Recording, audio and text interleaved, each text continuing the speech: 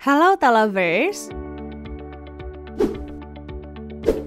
Para produsen mesin jet di seluruh dunia sejatinya melahirkan sebuah mesin untuk pesawat yang udah pasti aman ketika berada di ketinggian ribuan kaki. Namun perlu kalian ketahui, sebelum terpasang ke badan pesawat, sebuah mesin jet bakal melewati tahap panjang alias proses tes untuk menguji ketahanan mesinnya ini.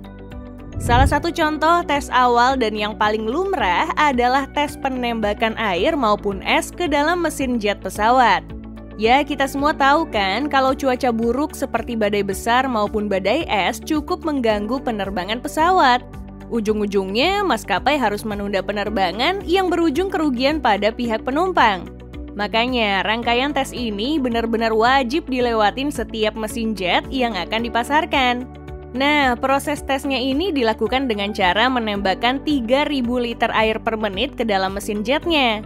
Proses ini tujuannya untuk melihat seberapa kuat mesin jetnya bertahan menghadapi terpaan air dalam jumlah banyak, dengan catatan gak mengurangi daya dorong mesinnya.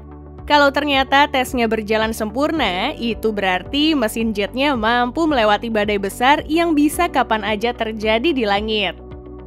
Nah, terus gimana dengan es? Sebenarnya proses tesnya hampir sama dengan penembakan air. Cuma bahan yang digunakan untuk nembak mesin jetnya berupa bola-bola es yang cukup besar dan keras. Tujuannya biar mensimulasikan saat pesawat harus melewati badai es. Mesin jetnya nggak akan terpengaruh oleh partikel-partikel es yang masuk ke dalam mesin pesawat. Jadinya para kru dan penumpang bisa selamat sampai ke rumah dan berkumpul bersama keluarga. Nah, sehabis tes penembakan air dan es, mesin jet tadi bakal melakukan uji tes lagi yang menurut kita krusial tapi cukup unik. Proses tesnya diberi nama tes serangan burung. Nah, uniknya proses ini dilakukan dengan cara menembakkan bangkai ayam segar ke dalam mesin jet yang berputar. Tujuannya untuk melihat seberapa kuat sih mesin jetnya ketika nggak sengaja melewati kawanan burung. Nah, harapannya ketika mesin jetnya menabrak kawanan burung, bilah pada mesinnya tetap utuh. Jadinya tetap aman kalau berada di ketinggian. Ya emang sih, kasus pesawat jatuh akibat ulah burung mungkin terjadi 1 kali dalam 1 miliar jam terbang. Jadinya tes ini mungkin dianggap remeh bagi sebagian orang awam. Tapi tetap aja, sekecil apapun resikonya harus tetap diantisipasi kan? Namun tes ini menuai sedikit reaksi kontra dari beberapa pencinta hewan yang mengecam tes ini karena menggunakan hewan dalam pengujian mesin jet. Padahal kan ayamnya udah nggak bernyawa lagi. Namun yang pasti, para maskapai penerbangan mengeluhkan kalau biaya perbaikan mesin jet yang terkena kawanan burung ini mencapai 1,2 miliar dolar atau setara dengan 18 triliun rupiah per tahunnya. Gimana nggak tekor nih maskapainya kalau harus ngeluarin biaya sebesar itu cuman gara-gara burung doang? Nah, abis diproses tes penembakan bangkai ayam, selanjutnya mesin jet bakal melakukan simulasi kerusakan. Nah, simulasi ini sejatinya udah kayak melakukan reka adegan masalah pada mesin yang sering terjadi, yaitu terlepasnya bilah kipas. Pada tes ini diharapkan agar bilah yang terlepas nggak merusak komponen lainnya, sehingga mesin jet tetap bisa mendarat walaupun dalam kondisi darurat. Bayangin aja kipas mesin jet berputar sebanyak 3.000 putaran per menit, terus tiba-tiba salah satu bilahnya terlepas, wah itu pasti bahaya banget. Masih mending kalau yang rusak cuman mesin jetnya doang.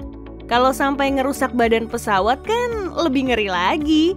Makanya tes ini penting banget dan juga menjadi tes paling sulit yang harus dilewati mesin jet. Nah, terus gimana cara tesnya? Oke, kita jelasin. Jadi, para kru bakal nempelin bahan peledak kecil di salah satu pangkal mata bilah. Setelah terpasang, mesin jetnya diaktifkan untuk menjalankan proses tes yang akan dilalui. Kalau kecepatannya sudah dirasa cukup, salah satu kru bakal mengaktifkan peledak yang dipasang tadi. Dan boom! Mesin jetnya langsung mengalami trouble. Ya, walaupun mesinnya sampai berhenti, tapi seenggaknya mesinnya masih kelihatan utuh, yang berarti nggak merusak komponen-komponen luar tentunya. Oke, kita bergeser ke tes selanjutnya. Yap, di sini mesin jetnya udah nggak dites di darat lagi, tapi sudah masuk dalam tes diterbangkan. Caranya, mesin jet yang sudah lulus di tahap uji tes tadi, akhirnya dipasang di pesawat modifikasi alias test beds untuk nantinya bisa diuji saat melakukan penerbangan. Sejatinya, test beds diambil dari pesawat-pesawat yang sudah dipensiunkan, tapi masih layak pakai. Salah satunya pesawat yang sering dijadikan test beds adalah Boeing 747.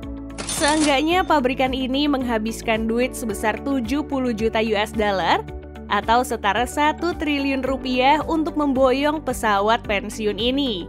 Tapi emang wajar aja kalau pabrikan mesin jet sebesar Rolls-Royce berani mengeluarkan duit sebanyak itu cuman buat uji coba doang.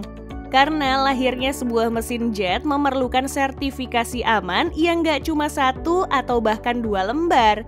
Nah, dari sertifikasi amannya ini, para konsumen bahkan sampai ke penumpang bisa lebih nyaman menunggangi pesawat yang menggunakan mesin jet Rolls-Royce ini.